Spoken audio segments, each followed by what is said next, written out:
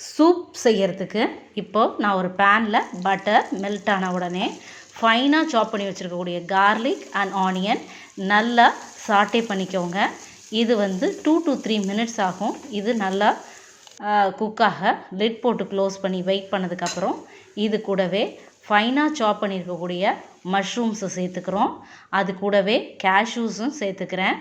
தென் இதை ஒரு தடவை நல்லா கலரி விட்டுட்டு அதுக்கப்புறம் கூட தண்ணி சேர்த்துக்கலாம். தண்ணி சேர்த்ததோட சால்ட்டும் ஆட் பண்ணிக்கலாம். இப்போ ஒரு லிட் போட்டு க்ளோஸ் பண்ணி 10 to 15 மினிட்ஸ் வெயிட் பண்ணோன்னா அது குக் ஆகிடும்.